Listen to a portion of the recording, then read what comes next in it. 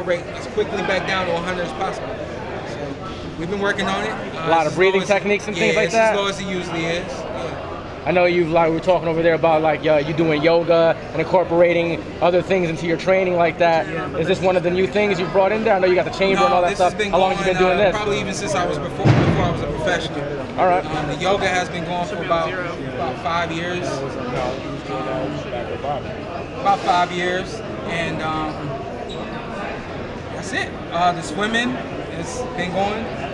The altitude training, we got an altitude chamber now. We've had that for 3 years. That's probably the newest thing to our development. And you know, as you can see, we always applying the science. Keith Thurman edged you in the fight. Did you read that on Boxing Scene or anything? He edged you to beat Danny Garcia. Yeah. He picked you to win the fight. Okay. It makes sense. I mean, he's been in the ring with both of us. He knows what we both have, and I think I think Keith knows exactly what I bring to the table, and he knows that it's going to be too much for Danny.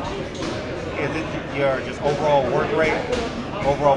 It's going to be all of it, man. It's going to be the work rate. It's going to be the things that are keeping him off balance, the things that are now allowing him to catch a rhythm.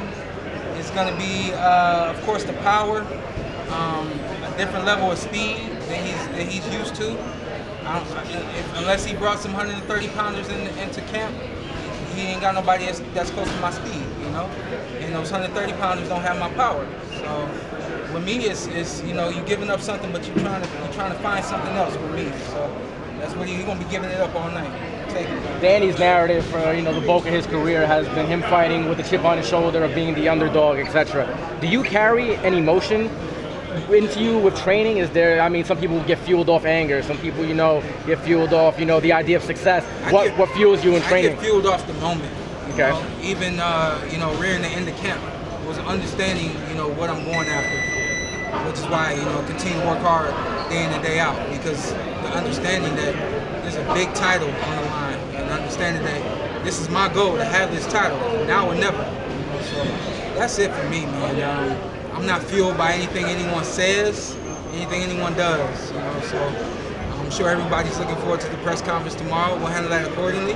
Hopefully it'll be fun, and then we'll get ready to go after the fight. Are there days harder or easier that it gets, to dig deep for motivation, or is that just always there as a part of your work ethic? No, it's definitely hard days. I mean, anybody who has a day job understands that you don't go to work every day feeling like, 100% and ready for whatever the world has to bring to you, and my line is punches, so it's hard to say that, I'm fueled and ready to go every day, but at this point, 4 days away from the fight, it's nothing. Are you surprised to make an tactical fight? If anything, I'm going to be the one that makes it a tactical fight. We'll plan accordingly. We'll make it happen. So I don't think he can handle a tactical fight. I don't think that he has supreme skills from the outside enough to handle a tactical fight. So it may very well be the way we go. Keith Thurman called him a pure counter puncher, and you mentioned tactical fight. Against Andre Berto, I heard the game plan was to stay from the outside and work your way in. Is it do you think your boxing ability is A1 level to stay on the outside and win this fight from a tactical level? Yeah, and I think more than anything, a lot of what you saw with me against Andre Berto, and then some also with Adrian Granados. You see me boxing from the outside, but you see me immediately smell blood and go after it. I've been reminding myself that this guy is not those guys.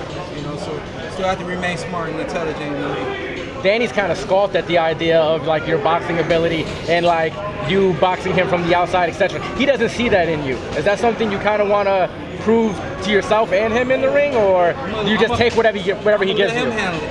Okay. He's the one that said I'm tailor-made for him. I'm gonna let him handle it.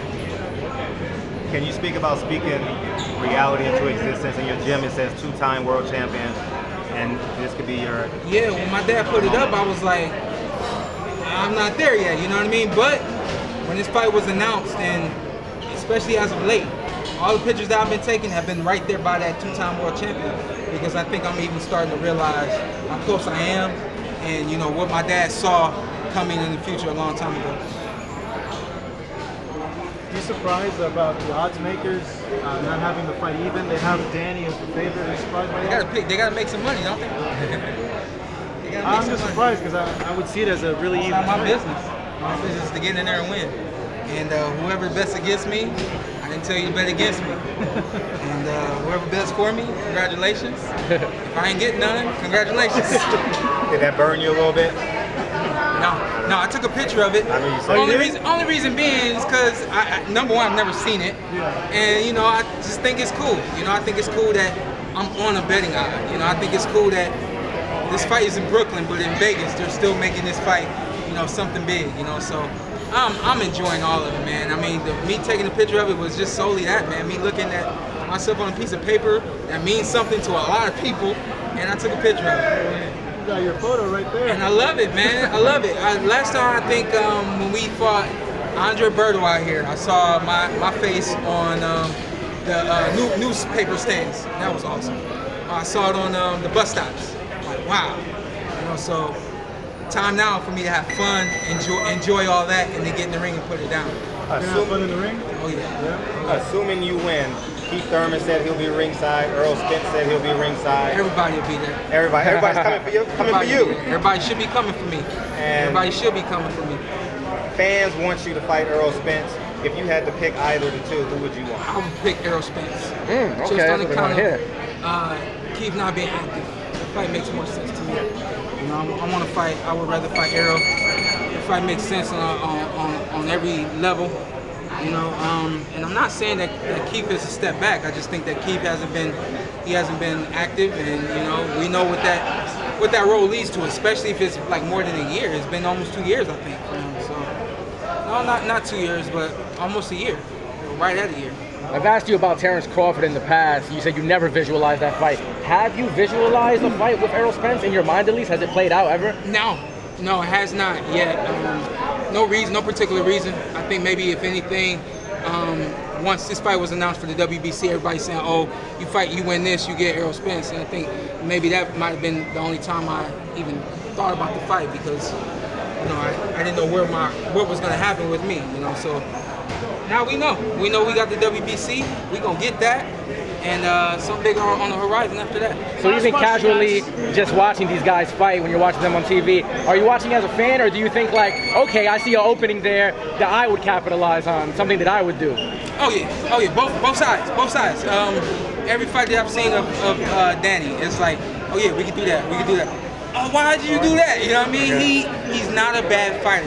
He's not a fighter who you can just say, oh, I pick him and I'm gonna beat him. You know, you got to go in there ready to beat him.